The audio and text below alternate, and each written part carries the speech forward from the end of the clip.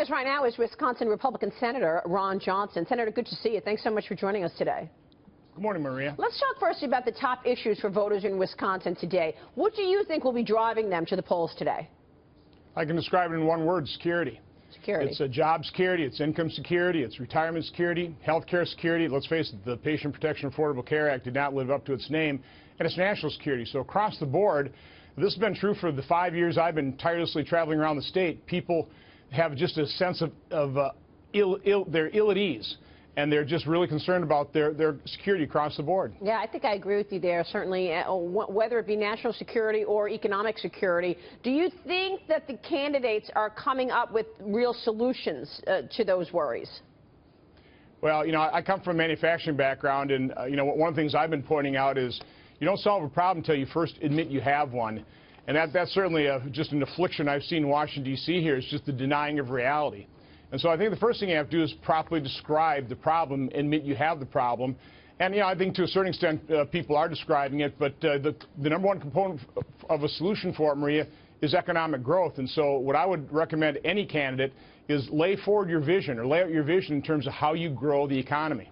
Yeah. Well, I mean, look, I want to got my colleagues on set here that we all want to ask you what your take is on that. But do you agree with Donald Trump then that when he says that we're sitting on this massive bubble and that we're going to go into a recession? We know what's going on in manufacturing. I mean, the industrial side of the economy arguably is already in recession, right? And that's your part of the world. Well, again, I can't predict the stock market. I really can't predict the economy, other than to say our economy is growing at just a tepid rate. And if we can grow the economy, get it back up to historical growth rates, just 1% additional growth is about $14 trillion over 10 years of additional economic activity. Even with the meager economic growth we've had since 2009, we've had $1.1 trillion additional revenue on an annual basis just through meager economic growth. So again, the number one component of the solution is economic growth.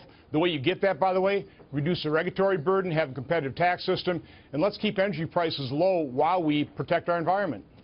Senator, I want to ask you about someone in Wisconsin I'm curious to hear about. That's Paul Ryan, and Paul Ryan has strong views on this as well. He's at least indicated some support for TPP. He's being talked about as a possible compromise candidate, and even though he's said no, the door seems open a crack. What's your read on him as a possible surprise candidate in a brokered convention?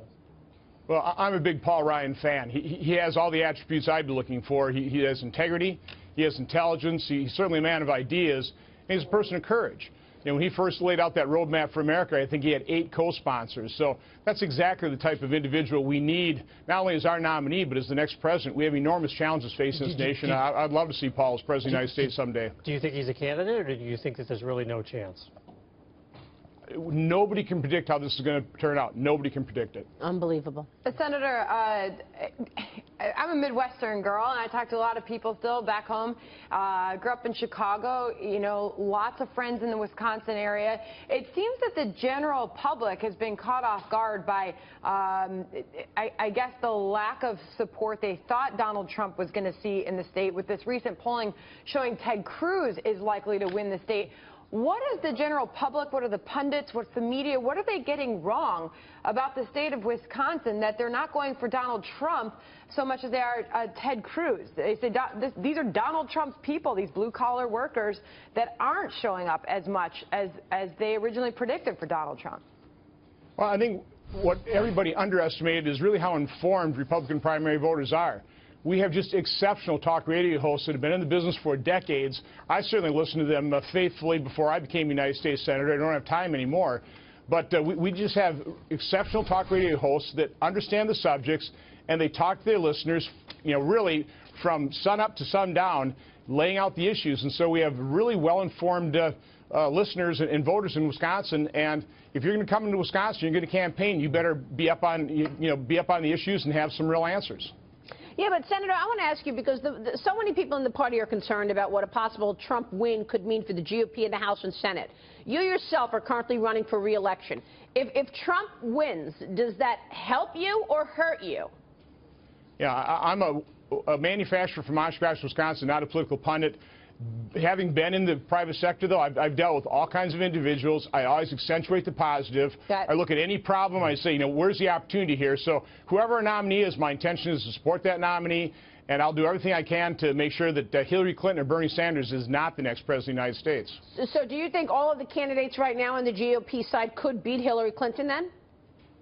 Again, I'm not a political pundit. Let's see how this process plays out. No, but I know you're not a political pundit, but a minute ago you just answered Matt's question by saying, yeah, I'd love to see Paul Ryan president one day, right? And we've got a lot of fans. I would. And there are a lot of fans of Paul Ryan. But if Paul Ryan is brought in the 11th hour during a contested convention, doesn't that spark massive upset, certainly for Trump supporters? How does that play out?